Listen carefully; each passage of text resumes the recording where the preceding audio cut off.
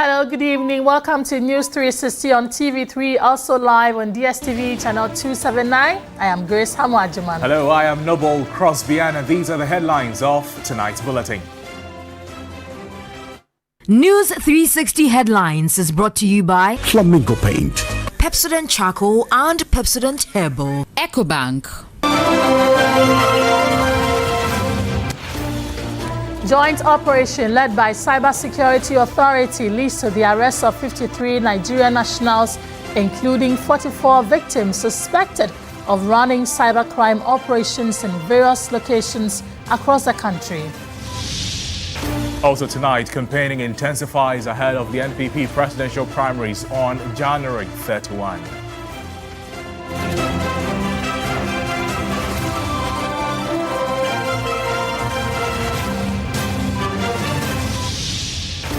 Later in the bulletin, we put a spotlight on the unregulated fuel market in China, in the Upper East region, where fuel is being sold in bottles.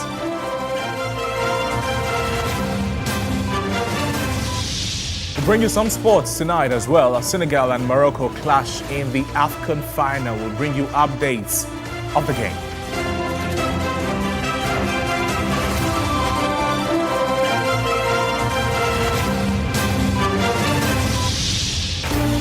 On the international front, Uganda partially restores internet after President Museveni wins 7th term.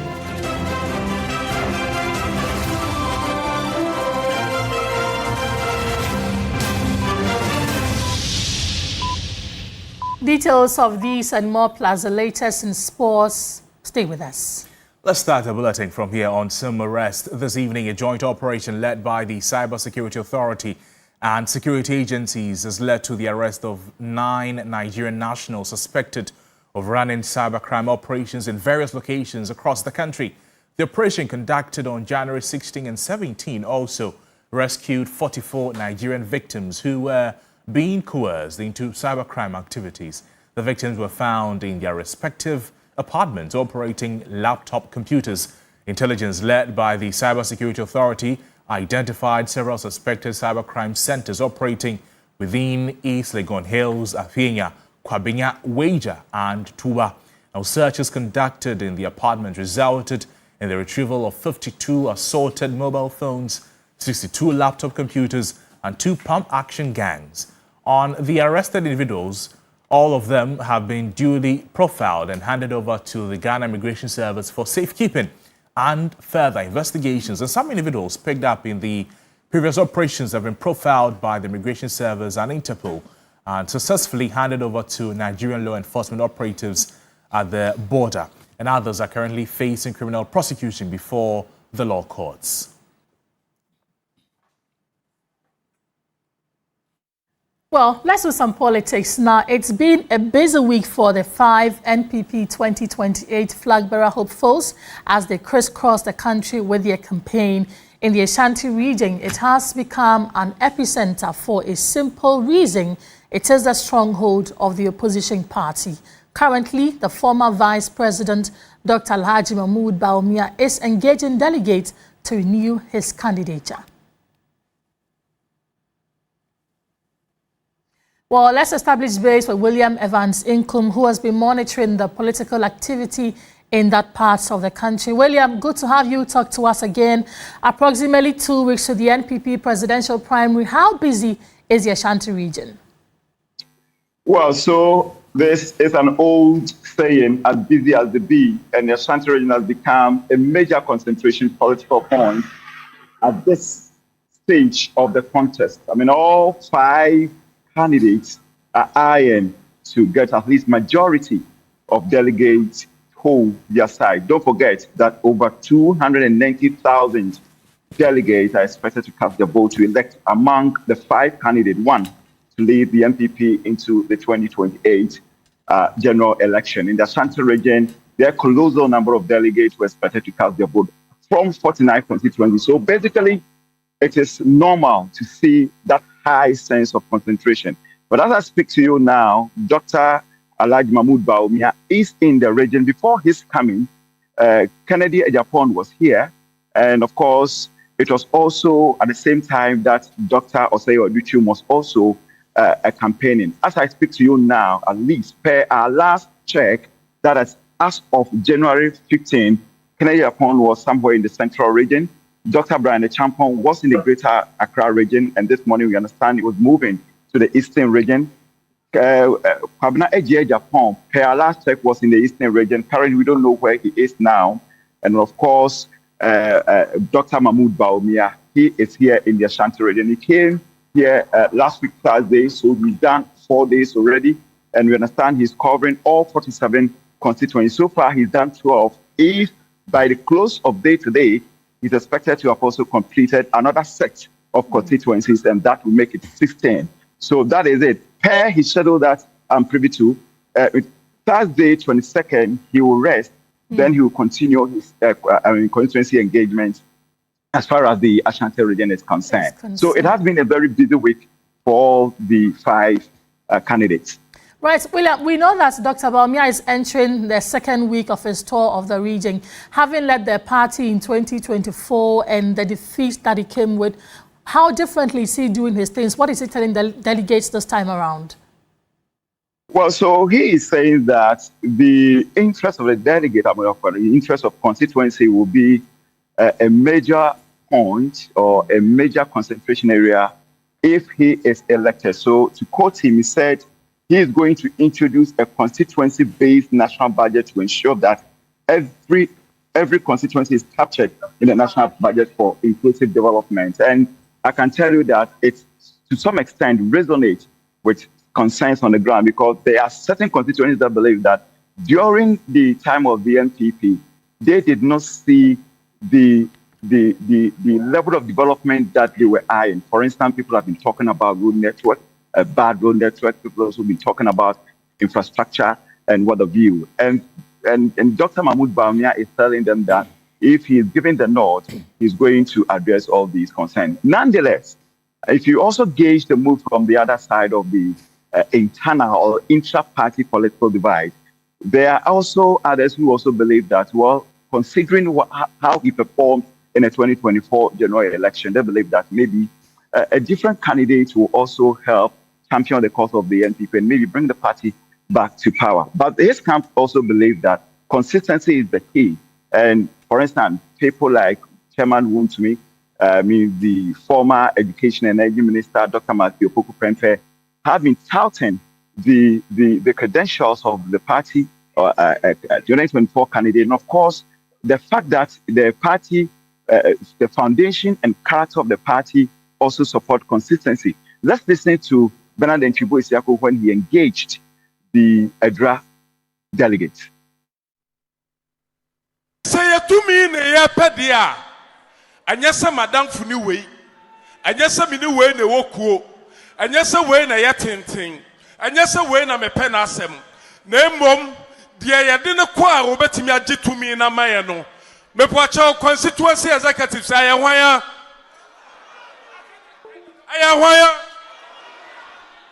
Council of Elders, me poacha 1 year didn't call election 2028 or Barine. Coordinators, me poacha 1 year fanning call election 2028.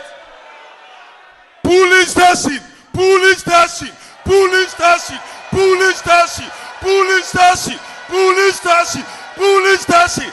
I am 1 year for the call election 2028. I am 1 year for the call. I am 1 year for the call. I am 1 year for the call. Mesdames Kassani Bavier and Moutier. Moutier. And you put Numuna or Mopetu meaning in Omunyina ya MPP for Omunyina na komoye Naso ba kopa enu onyakopo ayi ni say awaso ye flag bearer. Right, Evans, bring us a brief summary of what Chairman Wuntumi has been saying and talk to us about the activities of the other candidates. What are they also doing in the region? All right, so he was asking two viewers may sound rhetoric.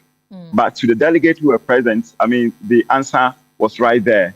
From their lips, from their faces, from their expression and all of that. That is asking them who they think will best lead or can best lead the NPP into the 2028 election, wrested power from the ruling National Democratic Congress. Of course, there was a chorus that Dr. Bangu Baumia should be that particular candidate. That is his supporters responding to Wontumi. Then, of course, he also made mention that, yes, indeed, all the 5 candidates or all the 4 other candidates, they qualify. But at this material moment, it is Dr. Mahmoud Baumia who can best lead the party. So that was Wontumi. But hey, I mean, Grace, that is not it, because the other candidates have also been responding to Bernard Enchibu Siakon. Let's first listen to go to the camp of Kennedy Ohene Ejapon, where the former GFA president has also been saying that Dr. Mahmoud Baumia's performance was nothing to write home about, and for that matter, there's no need to repeat him in the 2028 election. Listen to President Enchibu. The most marketed amongst the 5 aspirants is no less a person than Kennedy or Ohene Ejapon. He's more popular than all of them. That's my first response.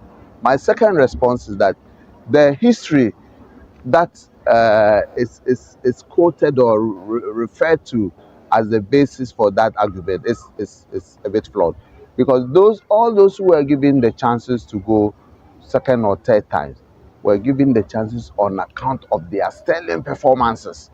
It is not automatic that when you contest an election, you are given a second chance. Your second chance is dependent on your performance on the first occasion. Evans, and then that of Brian Champon. Absolutely. We are not ending here, because the response certainly will come, and I'm sure in the course of the week we are going to see an avalanche of response. Yes. Let's also listen to the Etibie Member of Parliament, former Agric Minister. He has been talking about the fact that in the 2024 election, he played an integral role, even at difficult moments. Listen to him. As a poor mayor back from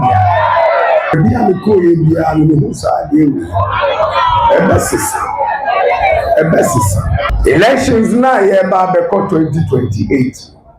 And MPP na elections. MPP ni NDC titri. Enti de here ba be yinu. E wo say oyobi a obetimi adi enim no me yakosa election.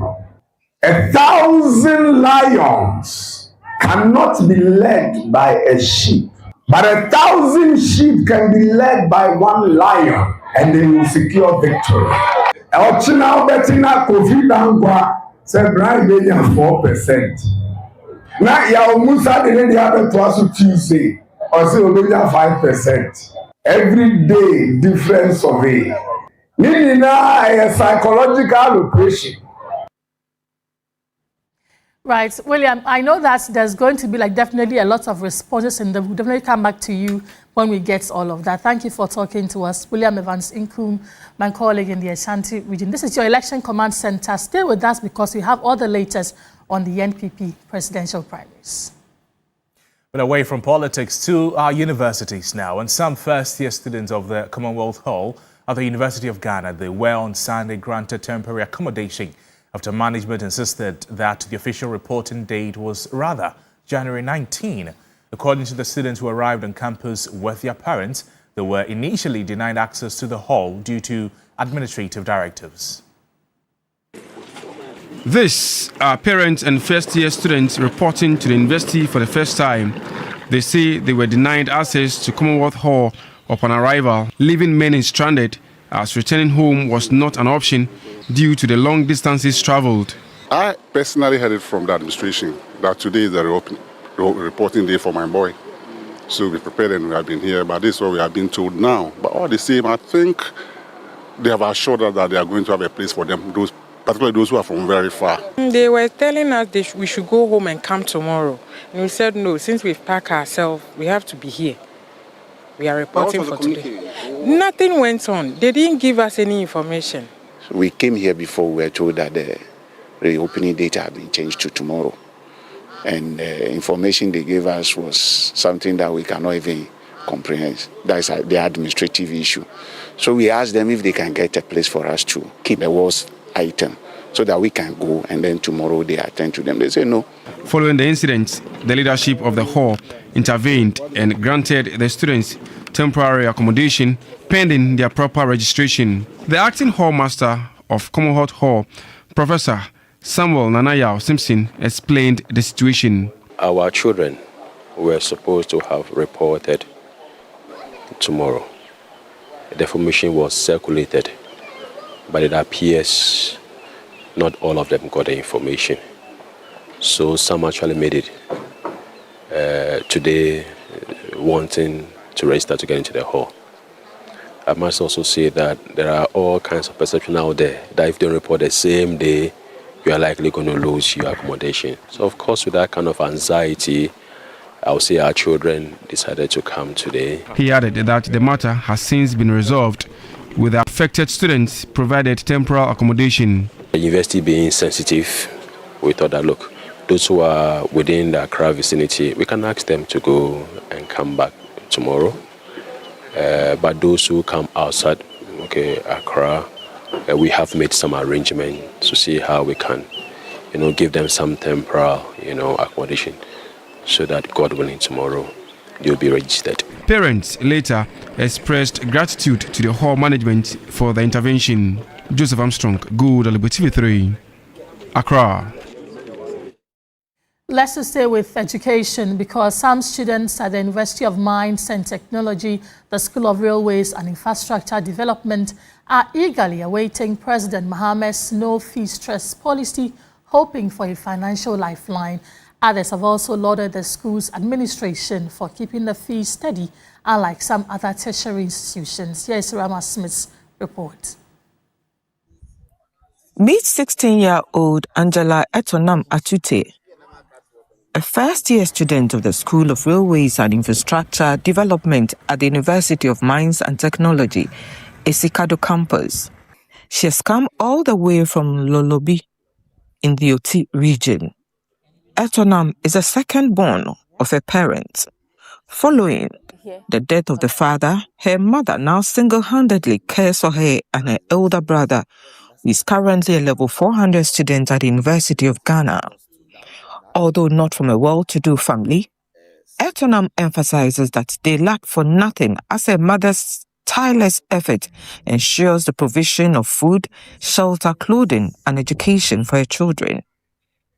Driven by this support, Etonam is pursuing a degree in environmental and safety engineering, determined to achieve first-class honors. I want to choose a course the society would actually look for me and employ me, not a course I will actually change the society for them to employ me. No, I will be focused. I'm actually determined. I will get the first class. I know I'll get the first class, but after the first class, it's actually how important you are to society. Beyond this passion and ambition for academic success lies a substantial financial challenge of pursuing a tertiary education, a cost that varies considerably across different fields of study.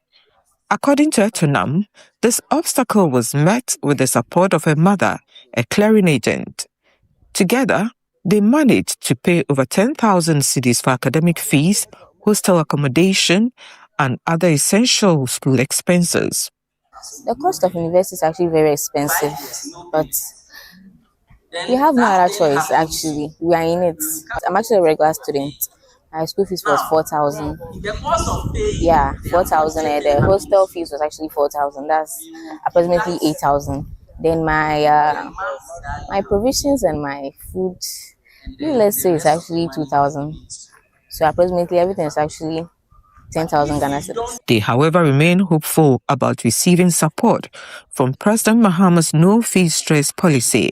My school fees was around 3,900 and rounding off to 4,000.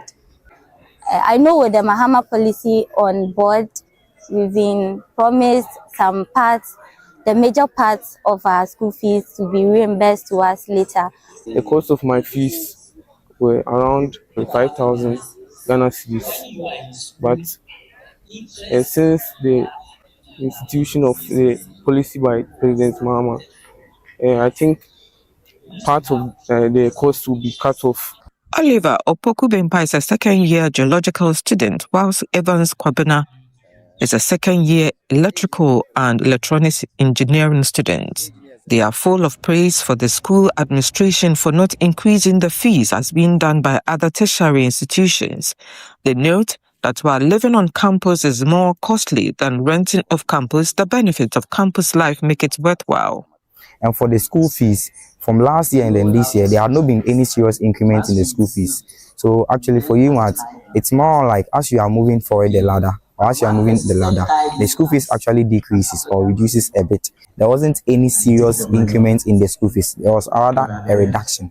Fees, as compared to last year, it has been a little change or a little increment, but not that much as compared to other universities.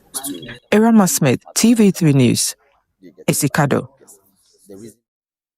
Let's now take you to Chiana in the Kasana Nankana West District of the Upper East region, where the absence of pump stations has opened the door for unskilled individuals to sell fuel under poor and unsafe storage conditions. Now, with the nearest approved filling stations located miles away, motorists and motorbike riders are forced to travel long distances, allowing an unregulated fuel market to thrive in the community. Fuel being sold in bottles, often displayed openly in homes and by roadside, is becoming a common sight in part of northern Ghana, raising serious safety and regulatory concerns. Under Ghana's petroleum laws, commercial oil marketing outlets are required to obtain licenses from institutions such as the National Petroleum Authority (NPA) and the Environmental Protection Authority before operating. These requirements are meant to ensure safety, environmental protection, and price regulation. But on the ground, the reality is different. In Chiana in the Upper East region, there is lack of certified fuel stations, and existing ones are far away, making fuel scarcity a challenge. This has created space for an informal fuel market to thrive. Fusena is one of the several individuals who have ventured into this space. She buys fuel in bulk from licensed oil marketing companies and retails it in bottles to motorists and riders who cannot easily access a fuel pump station. Her customers pay slightly more per litre than the official pump price.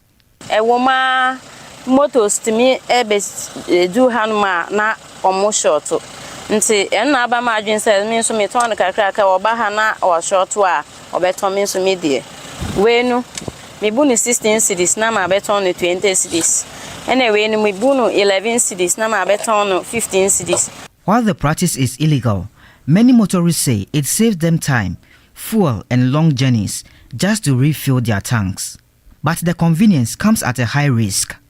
The fuel is stored in bottles and sacks inside domestic homes, often close to open flames, cooking areas and other sources of heat.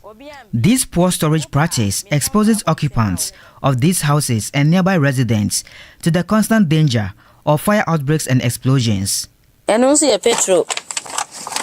Sana ya mi bu a na me dia hye bottom na ma chichere na me dia to motokinum me de na me dia besuo na me yi ba me yi ton we si abontene sa na masa be yi we ade akogum esa na masa be yi. Fusene's operation reflects a broader unregulated fuel retailing system in parts of northern Ghana, where petroleum products are traded outside the supervision of regulators. The situation has raised alarm within the energy sector.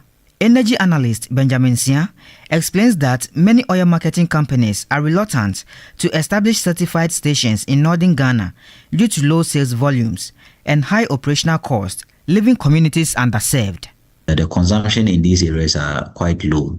So because the consumption in these areas are quite low, most OMCs do not want to operate in such areas. I think in terms of resetting, there should be certain incentives by the government of Ghana through a fiscal policy or by the MPA through a strategic policy intervention. So when you're able to do this, I think it pushes most of them to establishing these retail outlets there, and also bridges the inequality gap between the number of retail outlets in the northern part of the country against those in the south. He wants NPA to crack the whip to sanitize the space.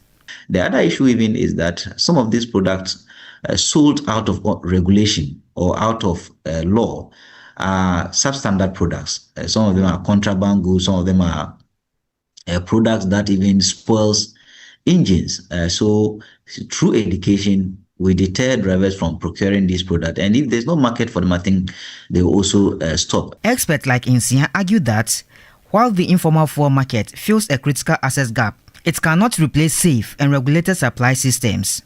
Regulators, particularly the NPA, are being urged to intensify monitoring, clamp down on illegal fuel retailing, and work with government to incentivize more certified fuel stations in northern Ghana. This includes offering tax reliefs, logistical support, and security assurances to oil marketing companies willing to expand northwards. Until the regulatory gaps are addressed and safe fuel access is improved, residents remain trapped between convenience and danger. Stanley Niblew, TV3 News, Upper East Region. And talking about bottles, for many people, the small numbers beneath plastic bowls, bottles, and takeaway packs mean nothing at all. Some have never noticed them, others see them but not ignore them. But what if these tiny codes are quietly linked to our health, guiding which plastics are safer for hot food, cold drinks, or single use? Samuel Yabua explores the importance of these plastic numbers and their relevance. Plastic containers have become unavoidable in everyday life. From the water we buy on the street, the food we pick up in town, meals served at events, to how we store leftovers in the fridge or warm food in the microwave.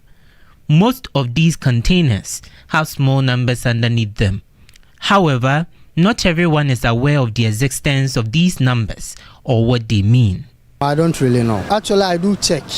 But because, well, it comes with numbers without no inscription that maybe this number indicate this. But this one is just an indication of a number without anything, actually explaining to you what the number symbolize. I don't know about plastic numbers. When you look at it, some of them is written there that this is microwavable or not. It's going to be show you there, because if you use the one that is not meant to be microwave, you put it inside there, it's going to melt and it's harmful to health. I didn't even know there were numbers on plastics, so I just, anything I get, any plastic I get, I use it anyhow. Known as resin identification code, they are embedded in the chasing arrow symbol, normally written underneath plastic containers. They form the DNA profile of a plastic product and serve as a guide on how plastic containers should be used. The resin identification code also indicates to consumers whether plastics can hold cold or hot food or can be used in microwaves. They also inform manufacturers on whether a plastic product can be recycled. In general, resin identification code tell consumers the safety of what they are consuming in plastics. Regulators say that this gap in awareness matters. The Ghana Standards Authority agrees that resin identification codes are important. Prosla Santua Boateng is a scientific officer at the GSA. Generally, they are supposed to aid the consumer on what they are buying or what they are consuming. So if you find a bottle with resin code 1, you know that it's made from a PE, and they will tell you, or if you know the qualities of a PET, you know how to use your bottle. So for example, if you buy a bottled water and then it has a resin code of 1, you know that it can be recycled and it is not microwave safe. The authority says that although it is not currently mandatory, plans are underway to make resin identification code compulsory on all plastic products in the future. Ghana Standards Authority is looking at reviewing all these product standards and then proposing that these resin codes are indicated in the standard so that in moving forward becomes mandatory. If you look at the international markets, you cannot have plastic products on the market without these resin codes. So Ghana is leaning towards that kind of practice. With growing concerns heightening, the public calls the authorities to educate them on these resin codes. We need to know so that we know what to put inside the plastic cup or the plastic bottles or plastic bowls we use. I think we should do more education on it because it has an impact on the health of our people. I feel like it's an education that the company itself should actually, do well about. As plastic remains part of how we eat and drink, understanding resin identification code can help the public make safer everyday choices. And now, residents of Bankuman, they continue to dump refuse and defecate openly along the shorelines due to the absence of dumping sites and refuse containers in the community. Joseph Armstrong Gold has returned to the community and reports that the Assembly is yet to take any action on that disturbing situation.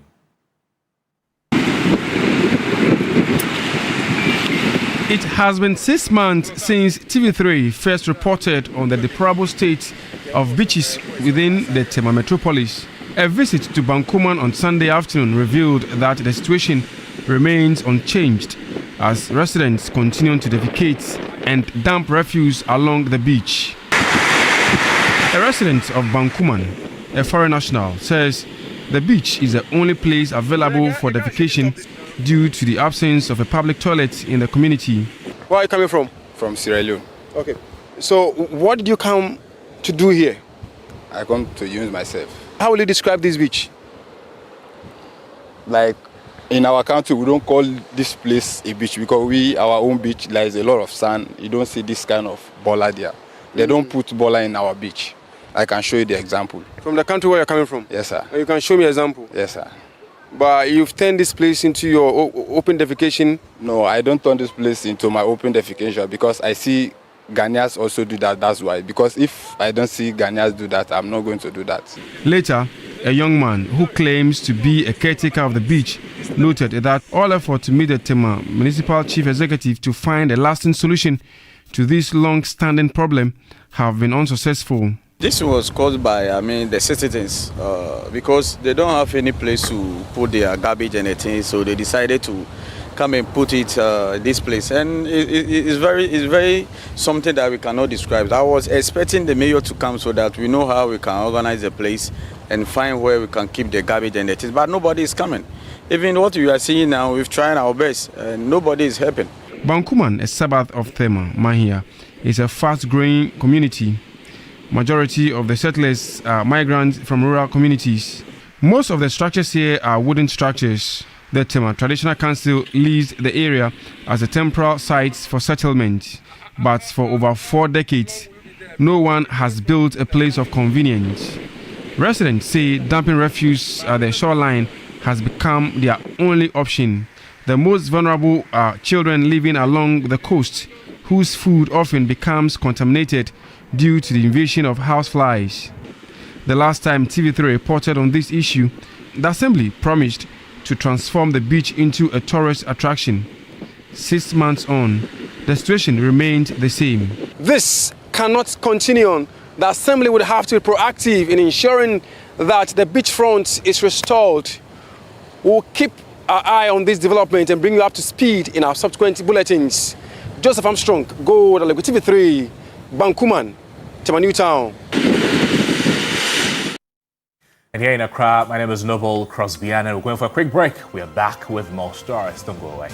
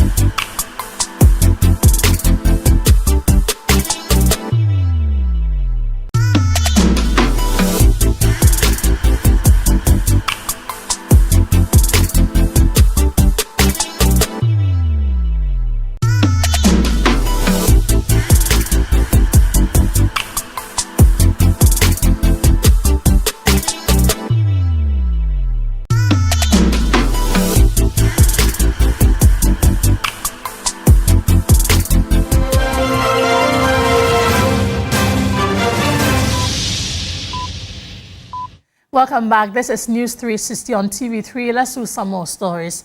The Minister in charge of Government Communications, Phyllis Kwachofosu, says government will establish and operationalize the Women's Development Bank in this year, funded by a 401 million cedis allocation in the 2026 national budget. This follows growing public questions over why the government has not fulfilled its campaign promise to set up the bank within the first 120 days of assuming office. Nura Mohammed has more. The National Democratic Congress, in its 2024 manifesto, promised to establish a Women's Development Bank. The purpose of the bank is to support women-owned and women-led businesses with low-interest loans and tailored financial services. The bank was expected to be set up within the first 120 days of the government assuming office in 2025, including the commencement of licensing processes and the allocation of seed funding. Despite budgetary provisions of 51.3 million Ghana cedis in the 2025 budget and 401 million Ghana cedis in the 2026 budget, the bank is yet to be operationalized. In an interview, the Minister for Government Communications, Felix Kwache-Ofosu, explained the reasons behind the delay in fulfilling the government's campaign promise. The setting up of the Women's Development Bank has neither delayed nor failed. What it is that it is a new institution that is going to be created. And therefore, we need to think right at the onset about how to sustain it in order that the maximum benefits for which it was set up are derived. You know, in this country, we have a history of setting up institutions hurriedly, only for them to collapse in no time. And the reason for that is that there is a certain haste to meet political objectives and be able to sing slogans around some of these things that are done. And therefore, the right structures are not in place. The proper institutional mechanisms and arrangements are not undertaken. We are interested in building an institution that will stand the test of time, that would be beneficial over a long period to our women folk who we consider as vital in the sustenance of the Ghanaian economy. He further assured Ghanaians that the Women's Development Bank will be established and operational in 2026. The necessary framework has been laid, the structures are almost complete, and very, very soon we will find that the bank will be put in place, established, launched formally, populated with the right staff, and then they will begin operations. One school of thought was held that perhaps we should make it a subsidiary of an existing state bank. Another school of thought had it that we should start an entirely new bank. Both schools, there were merits in both sets of arguments. One way or the other, a decision will be made as to the identity and the nature and scope of that particular bank. They may be a bit premature to put a specific date to it. The reason is that we must give those working on it adequate space and time to do what is right, but certainly it's on the cards this year. Meanwhile, women across sectors such as trade, agriculture, and small-scale enterprises continue to wait in anticipation, hopeful that the bank will provide much-needed relief through improved access to credit and more favorable interest rates. Nura Mohammed, TV3 News, Accra. Now, relief is on the way for commuters traveling the Busia and Diskof Road. The long-abandoned bridge connecting these two communities is finally getting a new lease of life, with completion expected to end by January 2026. Rama Smith has more. The only way to access both the Busia and Diskof communities by vehicle is via this bridge. But for over 15 years, it has been in such a deplorable state that it was effectively abandoned. As a result, motorists and traders, particularly those in the fashion sector, are forced to take long detours for a journey that should take less than 10 minutes, making travel significantly more difficult for many. However, the Assembly's Legacy Project initiative has now stepped in to bring this long-standing issue to an end. According to the Municipal Chief Executive for Hunter West, Engineer Ebenezer Kofi Edu, the Assembly is addressing problems that fall within its mandate, while it refers those beyond its capacity to the appropriate ministry. We have been able to fix one of the oldest bridge through the legacy project. But that bridge link between Busia and Disco, and from that place it's only like 5 minutes. You'll be in Disco, and the bridge has been in a very bad state for a long time. We are looking at the ones that are within our domain. So the Elbonkata Bridge is something that we are also looking at, that within the space of our administration, we'll be able to fix that bridge to be a metal bridge as well, so that we know that that enclave, we don't have any bridge issue. Then we pray central government will come to our aid to fix the Free Bridge. Upon our visit to the site, Michael Kodofin, Operations Director of Akpen Enterprise, the contractor for the bridge project, indicated that according to their plan, construction will be completed by the end of January, with approximately 70% of the work already completed. Currently, we can say that 70% of the work is done. It's left with only 30%. All materials are on site. It's going treatment, and after treatment, we'll start fixing them. Assurance is 100% that by the end of January, we'll be done and it will be commissioned. For the residents, the completion of the bridge will come as a great relief, sparing them from the long detours they currently endure. They are also praising the Hunter West Municipal Assembly for responding to their concerns. That's what we use for our routine. We pass there to go inspect the lodges there, the Eco Lodge, a Hunter Eco Lodge, and then the Scorpion Hotel. So it's going to benefit us a lot, because right now we need to pass through the water before going to the lodge. So if probably they've done it, it will help us a lot. Regional, Uniwa, into me for Muto Fado, or no new ones are cows into me Fado, into what you are, well. Your crane kwa hadie, but enye bibia no moye no aha. Nti aha no eye short se wo de beko hospital. Nti ano no boa ye kese pa. Irama Smith, TV3 News, Hunter West. News360 returns with some sports news after this.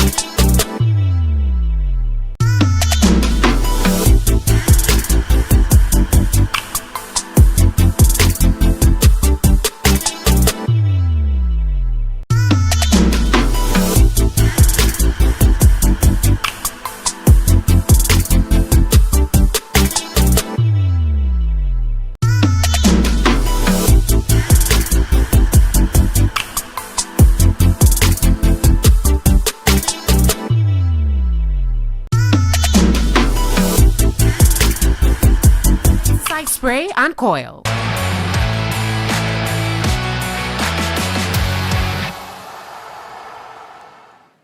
It's time for sports here on News 360. I am Aniela Alote. Let's head live to Morocco for the biggest night in African football. The 2025 Africa Cup of Nations final has arrived, and host nation Morocco are currently up against Senegal in an exciting showdown. At the center of the action is my colleague Bill Eshen, who has been on the ground in Morocco since the group stages.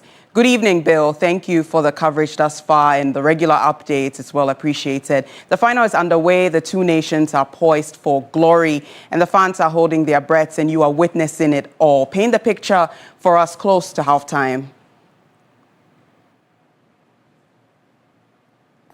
Well, Adela, it's been a everyone so far here at the Kinshasa Stadium. As it does stand, it's still 0-0. It's almost time for the halftime whistle to be blown. The referee just blew the halftime whistle. But I wonder without Herman. I think the biggest shot of the game started in the man in Jaib, who went one-on-one with the goalkeeper Yakubu. But Bono stood tall in this one and managed to make a very, very good save. I think overall, Senegal have been a bit more threatening. But hopefully Morocco will turn things around in the second half. Although they've also had chance from their own back, they've not tested advancement as much as Senegal have tested their football so far. Definitely, Bill, you have closely followed the competition up to this point, and from an analytical perspective, what are you seeing that the scales are tipping in favor of? Angela, if I call you, I mean, there's a thing for the second half. I would expect that some substitutions between a touching down Moroccan chance. In terms of the substitutions, I have not seen right here really make an impact. So, maybe he might be, I have to sacrifice at some point because most of the chances are falling to the left side instead of the right side. And even if it goes to the right side, you can really watch the ball. And so, even though, of course, if you right here for 5 goals in the tournament so far, it's very, very worked out for Morocco, but it's not really come to the party final. And maybe you would have to sacrifice. Understood, Bill. Maybe you keep at the two, but also those two, be able to do a high pressure solution and be able to take an impact on what.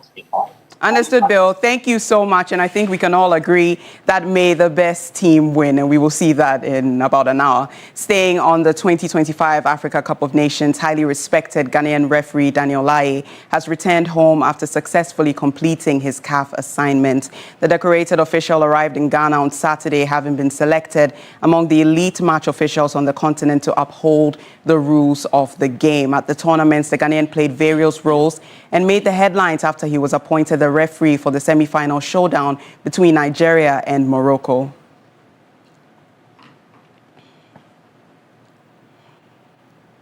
Speaking after his return, Daniel Lai expressed excitement and hope that his journey would inspire upcoming Ghanaian referees seeking to excel on both the continental and the global stage. Time of my career, I try to do my best to project you. If not you, you serve as a motivation for the next generation of referees in Ghana. So I just do what I have to do. For us, you cannot rate yourself unless you have a commissioner. But with the response from coaches, you could see it's a 5-star performance. And then we keep, it's happened. Sometimes you have your day, you have some wrong calls, but if football wins, you win. It's okay. That was Daniel Lai there following his return, proceeding to game week 19 of the Ghana Premier League. Nations FC edged Aduana Stars to a narrow 1-0 victory, with Joseph Ifa scoring the decisive goal in the first half. Let's take a look at the highlights. Chance for Nations, and it's the opening goal. Nations have pulled the trigger. They've opened the... And Prince Osei couldn't do anything about that header. Good goal. Chase for this one. Tries to squeeze one for Marfu. Razak has missed. Marfu! Good goalkeeping by Sanoff. The intelligence of Awuni, that's what he's great at. Vision. It looked like Mafu.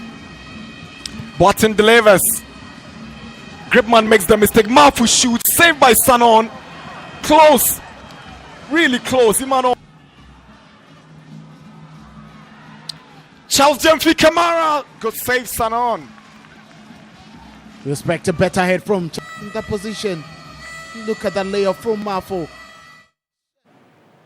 Following his victory, coach of Nations FC Frimpong Manso was happy and explained that it was a very good game for his team. Meanwhile, a displeased Arista Kachioba lamented over some officiating issues which he believes played a role in Indiana Stars' defeat.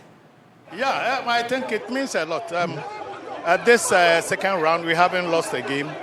We drew with the Karela, drew with All Blacks away, and we've won away. So yes, that alone will also help us to move up this second round. Problem is, waiting. I have 18 game. Adwana Star have only one penalty. He try play the fair play, but I don't like talking from the referee. If he's talking the referee, the federation will ban you and stop here. But me, I coming here in the Ghana, from working very hard, from coming in the game, from play good football, and who is the best, the better insight in the pitch, let to win the game. But some decide today, one offside, I have the penalty clear, let's see. If it's penalty, it's okay. I have me confidence. If it's not penalty, me is the problem, and the ban for me is not problem. And I go home I try here, really. I coming here in Ghana from my heart. I working every week hard. And you see like this situation, where is my motivation? That was Arista Kachioba there lamenting over some of the officiating issues. Well, that will be all for sports here on News 360. I am Aniela Alute. Up next is entertainment news. Entertainment news segment is brought to you by GTP Lifestyled and Napa Foods. Heaven Black Insecticide Spray and Coil. Powered by 3 Entertainment.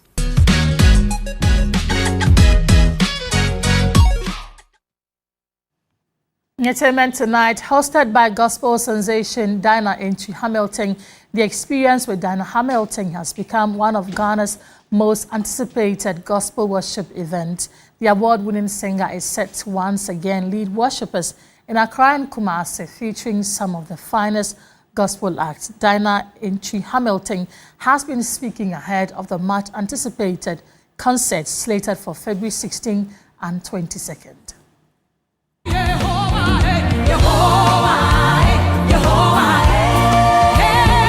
For many years, multiple award-winning gospel sensation Dinah Entry Hamilton has ministered to worshippers through power-packed praise and worship at the annual flagship concert, The Experience with Dinah Hamilton.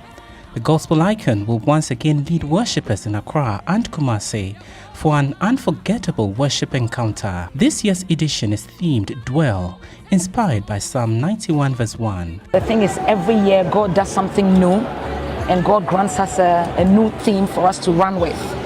And so yes, it's happening because it's part of our calendar, but this year's uniqueness is our theme, which is Dwell, to stay grounded in Him, to stay plugged into Him, and to be at His feet in the time of worship, time of reflection, time of just being in God's presence. The worship gatherings will take place in Accra on Sunday, February 15, 2026, at ICGC Christ Temple East, Teshi, and in Kumasi on Sunday, February 22, 2026, at the Bantama Church of Pentecost. A great time, a time of fellowship, a time of experiencing the presence of God in ways we've not done before. And so people should come expectant. A time of prayer, just spiritual cocktail. Yeah. Also expected to minister the much anticipated concerts are top gospel acts including Elder Dr. Akwesi Miriku, the Tego Sisters, Ntokozo Mbambo from South Africa, Sisi Beidu, Nanaya Ufuriata, and Jojo Ann. Show me way.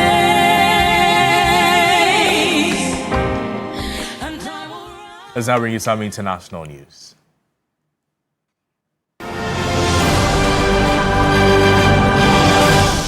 Ugandan authorities partially restored internet services late on Saturday after 81-year-old President Museveni won a 7th term to extend his rule to a 5th decade with a landslide victory rejected by the opposition.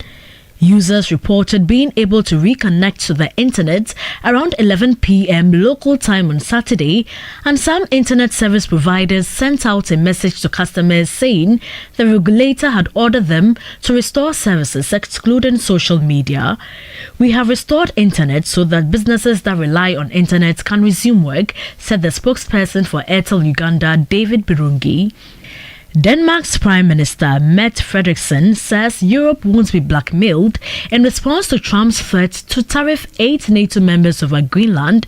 The leaders of Denmark, Finland, France, Germany, the Netherlands, Norway, Sweden and the UK warned in a joint statement that Trump's plan risks a dangerous downward spiral.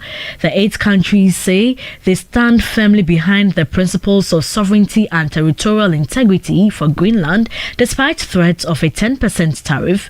Meanwhile, thousands have been protesting against Trump's plans in Greenland and Denmark.